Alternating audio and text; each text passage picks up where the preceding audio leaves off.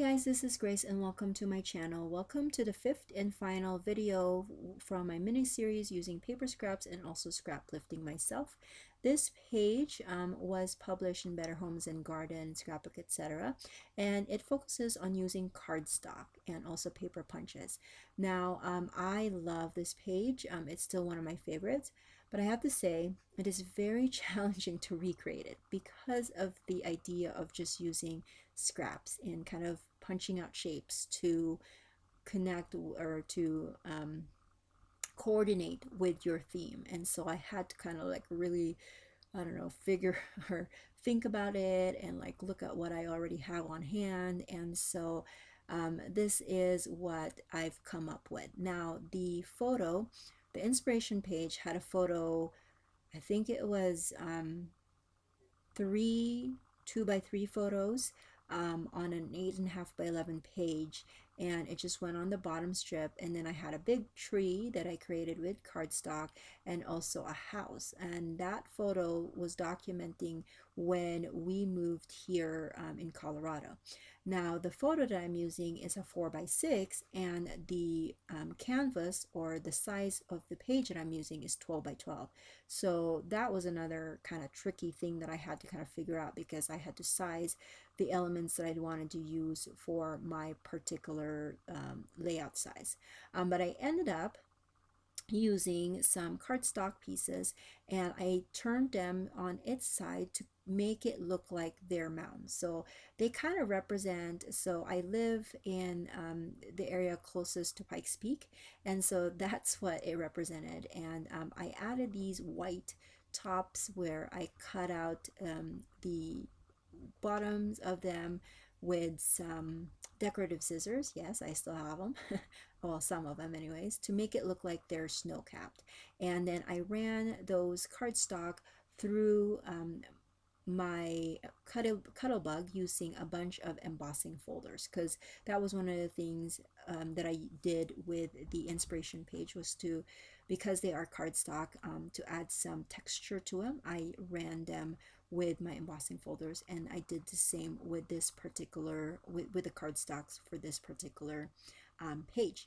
Now because I have a 4x6 photo and I didn't really want to crop them, I am going to put that in the center, and I have this paper that I'm going to use to back up the rest of the the so-called mountains.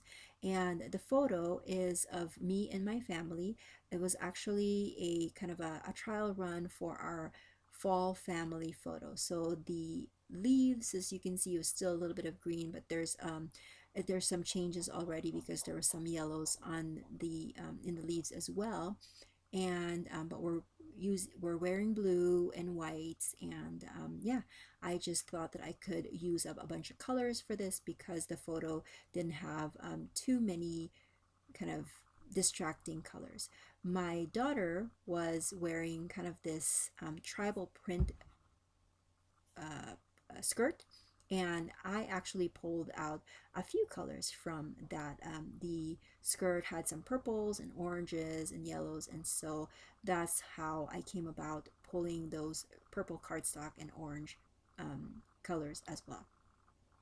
Now the inspiration page had some border background and border edge on the bottom, and so that's what I did with the purple, and I layered them to create a little bit more texture and design. So I really had fun with this once I got going and once I figured out what I was doing. But in the beginning I was kind of, I don't know, overwhelmed by the idea of creating a design or a scenery. I think that's what I was thinking of. I was overwhelmed by what kind of scenery I could use, I could create using those scraps of cardstock. But in the end, it all turned out okay. Sometimes we just have to kind of stew on things and then figure out what we want to do. I have a kind of pine tree or Christmas tree punch that I've had for a long time, and so I punched out those trees, and I'm going to put that on the border there. And I'm also going to add a really thin border of just a silver shiny cardstock. I'm going to add a border of that to the top and the bottom of my photo strip, just so that I could have a little bit more definition between the different layers.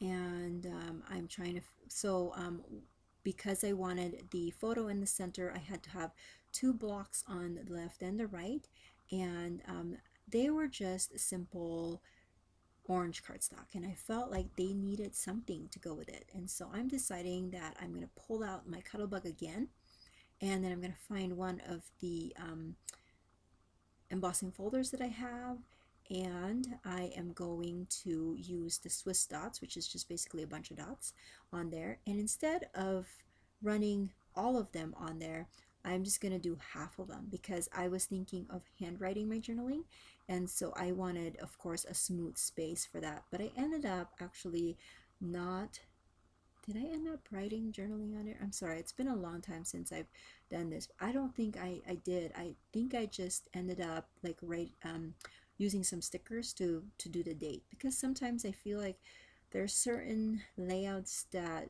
really don't have a lot of like behind the scenes story that needed to be documented. So, and this particular photo was one of them. I just wanted to create a page for, you know, the photo of my family and emphasize that, and I thought it would be fun to do it. So, and then what I did was when I adhered those orange cardstock with half of them with the embossing piece on there, I kind of flipped them. So because one of them is smooth and the other is had the dots, I, on the left side, the dots were on the bottom, and then on the right side, the dots were on the top, just to kind of, you know, give it a little bit of something something too. So basically that's going to be my page. I will add some stickers to it, and I will show you kind of a close-up of how it all turned out. The I will also show the inspiration page one more time so that you can kind of see how, you know, what it looks like, what the inspiration was, and how I turned that into something else. Oh, here, I'm kind of thinking I like that die cut that says "Love This Life" that I cut out using a cut file from Paper Issues, but I'm actually going to end up using "Happiness is Homemade" just because I wanted that title to be on the top, and then my journaling was going to be on the bottom right. And so that's going to be pretty much it. Thank you so much for sticking by me and watching all of these videos. If this is your first time watching this videos, I have 4 more, and make sure that you check out my playlist in my channels to catch the others. And if you guys like these videos, please give it a thumbs up. I do have a lot of mini-series already in my channel if you want to watch that, kind of watch or review those kinds of videos. They are all going to be in my channel, and I will catch you guys another day. Bye.